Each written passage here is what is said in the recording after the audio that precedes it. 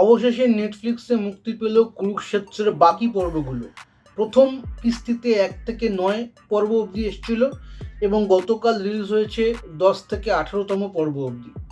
এটি যে সংস্থা তৈরি করেছে, হাইটেক অ্যানিমেশন সংস্থা, তার সঙ্গে আমি সরাসরি যুক্ত এবং আমি সেখানে জব করি। তো তার মানে এই নয় যে আমি খুব বায়াস রিভিউ দেবো। এর আগেও আমি 1 থেকে 9 এপিসোডের একটা রিভিউ দিয়েছিলাম, খুব বড়। আশা করি অনেকে আপনারা সেটা দেখেছেন। এবারে রিভিউ রাখবো একটু সংক্ষিপ্ত, একটু ছোট।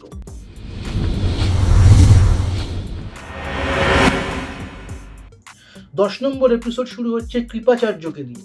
কৃপাচার্যর এপিসোডটা যখন আমি দেখলাম আমার একদমই ভালো লাগলো না, খুবই খারাপ লাগলো। এবং খারাপ লাগার কারণটা আমি খুঁজে বার করার চেষ্টা করছিলাম। আমার খালি মনে হচ্ছিল যে যেহেতু 1 থেকে 9 এত ভালো হয়েছে, তার জন্য কি আমার এক্সপেকটেশন খুব হাই ছিল, তাই কি আমার 10 নম্বর এপিসোডটা অত ভালো লাগলো না? কারণ আমি ভেবেছিলাম আরও অনেক কিছু হবে, অনেক অনেক বেশি কিছু। তো আমি বন্ধ করে রেখে দিলাম, অন্য কাজে ব্যস্ত হয়ে গেলাম। রাত্রিবেলা আবার চালালাম যখন 11 নম্বর এপিসোড থেকে। 11 নম্বর এপিসোড থেকে যখন আমি আবার দেখা শুরু করলাম, আমি আবার সেই পুরনো ভাইবসটা ফিরে পেলাম। সেই রকম টেম্পো, সেই রকম পেস, স্পিড, গতি, সেই রকম সংলাপ, সেই রকম ঘটনা ইত্যাদি ইত্যাদি। তো আমার মনে হলো যে না, 10 নম্বর এপিসোডটা সত্যি একটু ঝুল গেছে, স্টোরি ওয়াইজ বা ডায়লগ ওয়াইজও ঝুল গেছে। কিন্তু 11 নম্বর এপিসোড থেকে আবার কুরুক্ষেত্র তার নিজের যে গরিমা সেটা ফিরে পেয়েছে। কর্ণর চ্যাপ্টার, কুন্তির চ্যাপ্টার, ভীমের চ্যাপ্টার এবং শেষে সবথেকে ভালো লেগেছে আমার স্ত্রী পর্ব, যেখানে যুদ্ধর পরিণতিটাকে দেখানো হয়েছে। অসম্ভব সুন্দর লেগেছে যে যুদ্ধ করে আর কি বা হয়। সেই সত্যজিৎ রায়ের হীরক রাজার দেশের সেই বিখ্যাত গান, যে তোরা যুদ্ধ করে কি করবি বল, সেই রকম ভাইবটা পেয়েছি। এবং কুন্তি এবং কর্ণের সঙ্গে যখন দেখা হচ্ছে, সেই কর্ণকুন্তি সংবাদ, রবীন্দ্রনাথ ঠাকুরের কর্ণকুন্তি সংবাদেরও একটা ভাইবস ওখানে পেয়েছি, ভালো লেগেছে। দুর্যোধনের সঙ্গে গান্ধারীর একটা সংলাপ আমরা মহাভারতে দেখেছিলাম, সেইটা এখানে মিস হয়েছে। আমি কোনো এপিসোডে এই জিনিসটা দেখতে পাইনি। এবং আমার মিস লেগেছে হচ্ছে, গল্পের ওয়াইজ বলছি, এবং আমার মিস লেগেছে হচ্ছে দ্রৌপদীর স্বয়ম্বর সভা। এইটা আমার দরকার ছিল। এই 1 থেকে 18 নম্বর এপিসোডের কোথাও দ্রৌপদীর স্বয়ম্বর সভার দেখানো হয়নি, যেটা আমার মনে হয় দেখানোটা খুবই ইম্পর্টেন্ট ছিল, দরকার ছিল। যাই হোক, আমি ক্যারেক্টার ডেভেলপমেন্ট, অ্যানিমেশন এসব নিয়ে প্রিভিয়াস ভিডিওতে বলে দিয়েছি।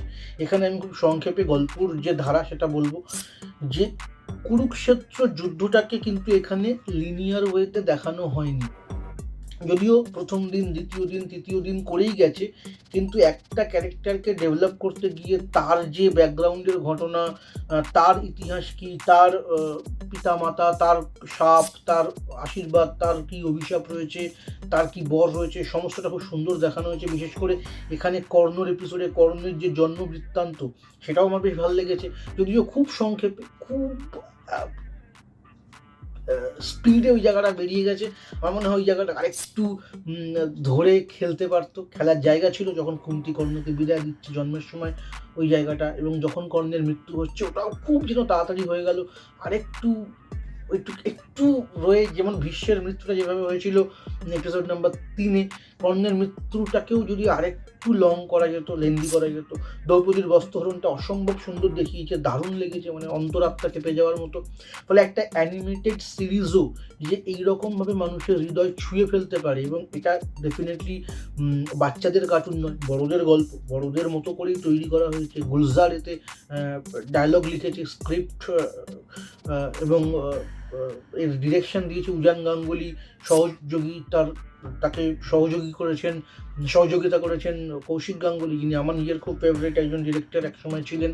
ইদানিংকালে তিনি সেরকম খুব একটা ভালো কাজ করছেন না, আমার ভালো লাগছে না। তিনি এককালে মহান মহান কাজ করেছিলেন, শব্দ, তারপরে সেই ল্যাপটপ, তারপরে কত বাস্তুসাপ, তার কত সুন্দর সুন্দর সিনেমা তিনি করেছিলেন। এখন সেরকম তার কাজ অতটা মন কিছুই যাচ্ছে না আমার, কিন্তু এই কাজটা অসম্ভব ভালো।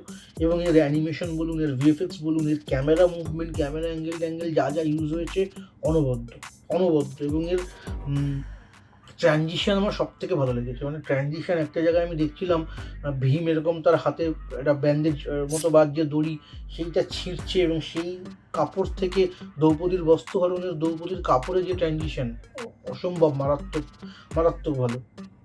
শেষ এপিসোডটা হচ্ছে কৃষ্ণর এপিসোডটা আমার মনে হয়েছে লাস্ট এপিসোড হিসেবে রেখেছে অবশ্যই, কিন্তু কৃষ্ণর এপিসোডে আমি আরও অনেক কিছু আশা করেছিলাম। মানে কৃষ্ণর এপিসোডটা হবে একটা মেটাফোর, একটা এন্ডিং। এই পুরো যে যুদ্ধ, ধর্মযুদ্ধ, তার মধ্যে যে অধর্ম হলো, যে মৃত্যু হলো, যা হলো, সেটাকে ছুঁয়ে গেছে নিশ্চিতভাবে খুব ভালো করে। কিন্তু আরও ডিটেলে, যেখানে কৃষ্ণ বলছে যে আমি আপনাকে পথ দেখাবো, আমি যখনই আপনার মনে কোনো প্রশ্ন আসবে, আপনার বিবেক আপনাকে প্রশ্ন করবে যে কোন মার্গে যাওয়া উচিত, তখন আপনি আমার হাত ধরবেন, আমি আপনাকে পথ দেখাবো। সেই পথ দেখানোর মুহূর্তে যদি কৃষ্ণের এই সম্পূর্ণ কুরুক্ষেত্রের একটা সারাংশটাকে আরও ডিপলি বলা হতো, তাহলে হয়তো আরও ভালো লাগতো। ওভারঅল কুরুক্ষেত্র বাংলা থেকে তৈরি হওয়া দুর্দান্ত একটা অ্যানিমেশন মুভি সিরিজ, আনএক্সপেক্টেড। সমস্ত ভারতে শুধু নয়, বিদেশের ক্ষেত্রেও বলবো, এই ধরনের অ্যানিমেটেড সিরিজ আমি দেখিনি। প্রায় 2 বছর ধরে পরিশ্রম করে 500রও বেশি বাঙালি ছেলেমেয়ে মিলে এই কাজটা করেছে। আপনারা এটা অবশ্যই দেখুন এবং বাংলার এই অ্যানিমেশন সিরিজের পাশে দাঁড়ান।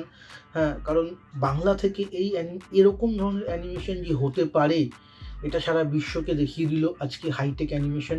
এবং আমার বন্ধুবান্ধবরা যারা এখানে কাজ করেছে তারা সবাই।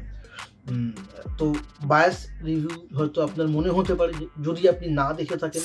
আর যদি আপনি একবার দেখে ফেলেন এবং যদি আপনি এর মজাটা উপলব্ধি করতে পারেন, আপনি বুঝতে পারবেন যে এই রিভিউটা একদমই বায়াস নয়। ধন্যবাদ আজকের ভিডিও।